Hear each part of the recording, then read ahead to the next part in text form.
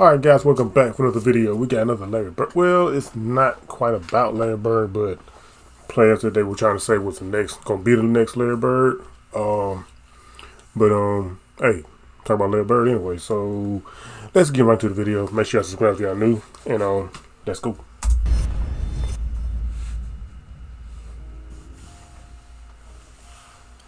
Hey, what's up, you guys? Great to have you back on the show. I'm Sean David.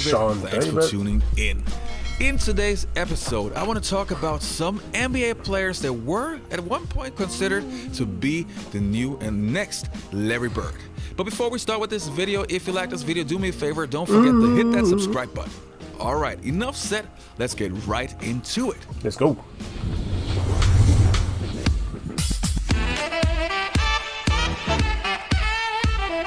I'm starting to dig the intro.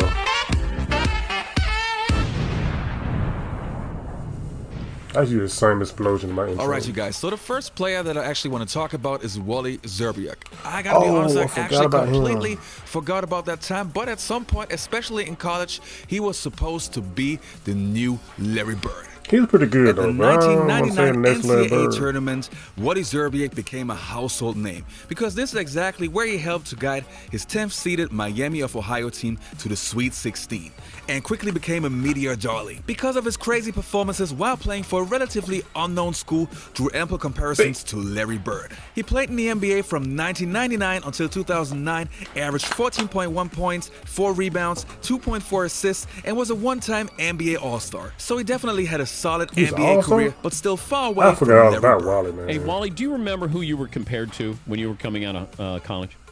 Larry Bird. That was kind of the comparison back when He I didn't was hesitate. picking the draft. Oh, wow. Yeah. That's pretty good, but hard to live up to. I know. Didn't quite meet up to those expectations. Had a pretty good career. Made an all-star team, bunch of playoff runs, but, he was obviously tremendous, so. And the next player that I want to talk about is Keith Van Horn. I remember it like it was yesterday. He's Back pretty at the good, too. 1997 NBA draft, there was a serious debate going on who should be the first pick, the number 1 pick, Tim Duncan or Keith Van Horn. And I actually was also undecided for myself. Now in hindsight, of course, totally crazy. But I gotta admit, back in the days in college, Keith Van Horn was really, really good. He was. 3, 2. I think the best thing that would describe my game is versatility. I think that's what a lot of the teams like about me is that I can go inside, I can go outside. Keith Van Horn's all-around play Go is what inside, made him the go coveted outside. number 2 pick in the NBA draft. Well, I've always wanted to be a well-rounded player, and I think a lot of guys that are 6'9", 6'10", just get stuck in the post, and they fail to recognize, another half of the game, which is the perimeter game. Although he's nearly 7 feet tall, Van Horn has great shooting range.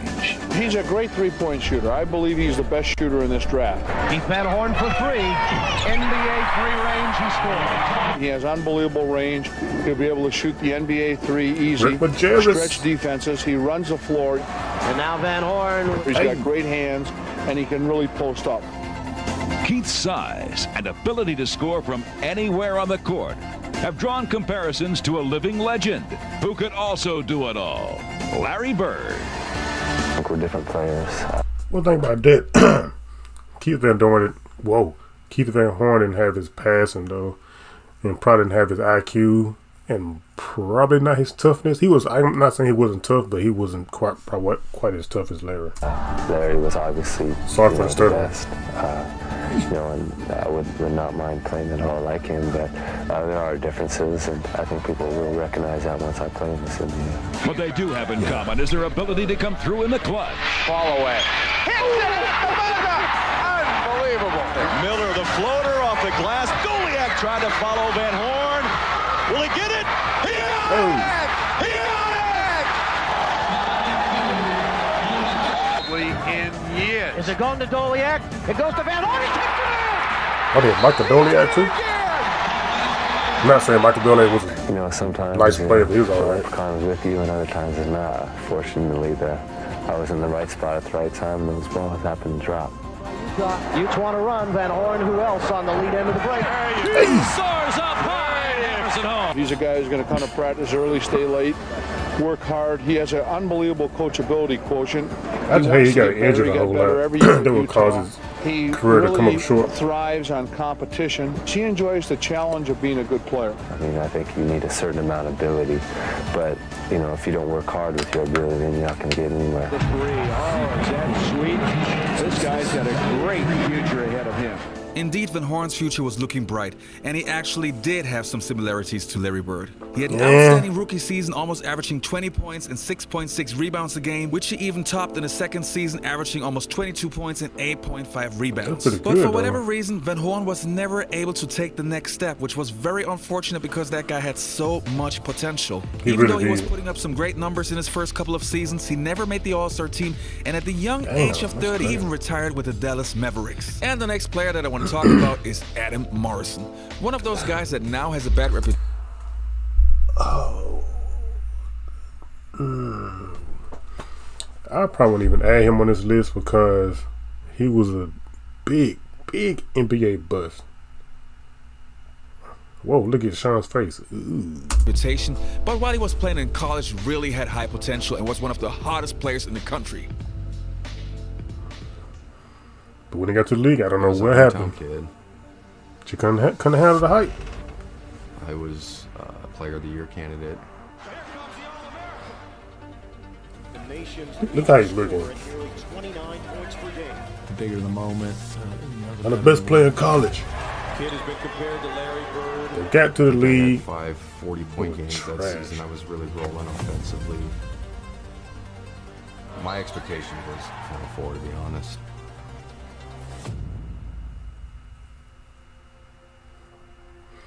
Now, let's head he was nice in college, though. I swear, he was killing in college.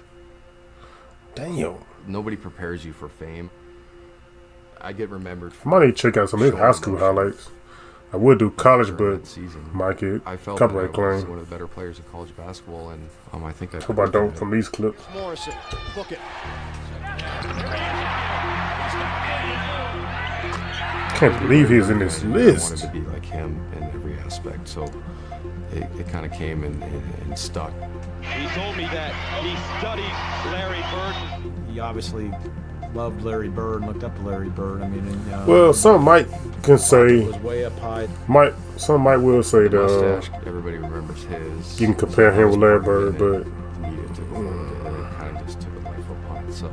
I don't know. Looking back on it now, there's times where I'm like, you probably can only say that if he had made it in the NBA as a good player. Once you watch him for a while, he wasn't even a good player in NBA. And it's unorthodox, but it's incredibly effective. I mean, the way he could really score. While Morrison had an incredible and successful college career, his NBA career, well, was the total opposite. He was the third pick of the 2006 NBA draft selected by the Charlotte Bobcats and was supposed to help the franchise take the next step.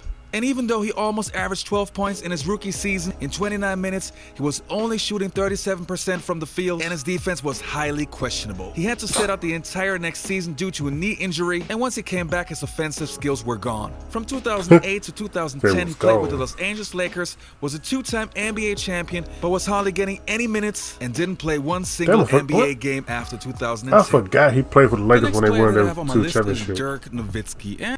That's crazy. Got a championship and didn't do anything at all. What if you could build a YouTube channel in your spare time and have it replace your entire income? This dude be on almost every video I be doing. And with Dirk, it's a little bit different. The players that I named before were actually players that were compared to Larry Bird when they were still playing in college. With Dirk, the comparisons actually came throughout his NBA career. And to be honest, I can actually see why. Both were tall players with an incredible shooting touch, a very high basketball IQ, not the most athletic players, but very fundamentally sound, both very clutch and deadly from beyond the arc. But even with this comparison, there's one thing that I will never understand. The one thing that always stood out to me with Larry Bird was that he was an incredible passer. And with all the great things that Dirk Nowitzki was able to do, passing was not his sweet spot, to say the least. Still, from the players that are listed so far, probably the closest one. First of all, that little girl right there, I remember when she was born. But to put things in real perspective, I was 15 when Dirk came in the league. Now I'm 62. And the last player on today's list is going to be Luca Duncic. Oh man, I know a lot of you people that are gonna be watching this is gonna be like, why you put Luca in here? Why do you put Adam Morrison in here? I'm sorry, guys. I apologize for him. Actually, he's still a young kid and has a long road ahead of him, but the comparisons with Larry Bird are undeniable. Even Doc Rivers... But I'm saying you can see it a little bit, man. Like, not saying 100%, but hey, it's a little bit. Couldn't help himself in actually comparing Luca Duncic to Larry Bird. And in comparisons to the other players that are listed before, Luca is actually also blessed with a passing gift. Still, if I would have to make a decision who I think is the better passer, I still would give the nod to Larry Bird. But as I said, Luca still has a long road ahead of him. I don't give a damn about how this kid in Europe looks. I understand he's a 6'8" point guard. He's surreal. He'll probably be the number 2 overall pick. Y'all caught what I'm doing a video, man. Look how... His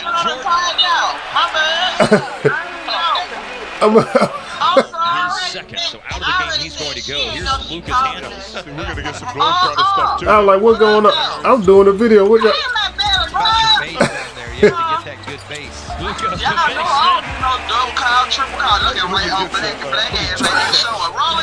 I'm call y'all back, man. I'm recording a video, man. A guy that's simply not strong. All right, you guys. I hope you enjoyed this episode. I guess I'll see you next time. Man, I'm sorry. I apologize, y'all. That was my kinfolk, my cousins and sisters and brother on the video call. I don't know why they called at that time. It was a mix-up. But thanks for watching, y'all. Subscribe if you're new. And that was kind of funny. But let me know what y'all think about the video. And I apologize about that video call.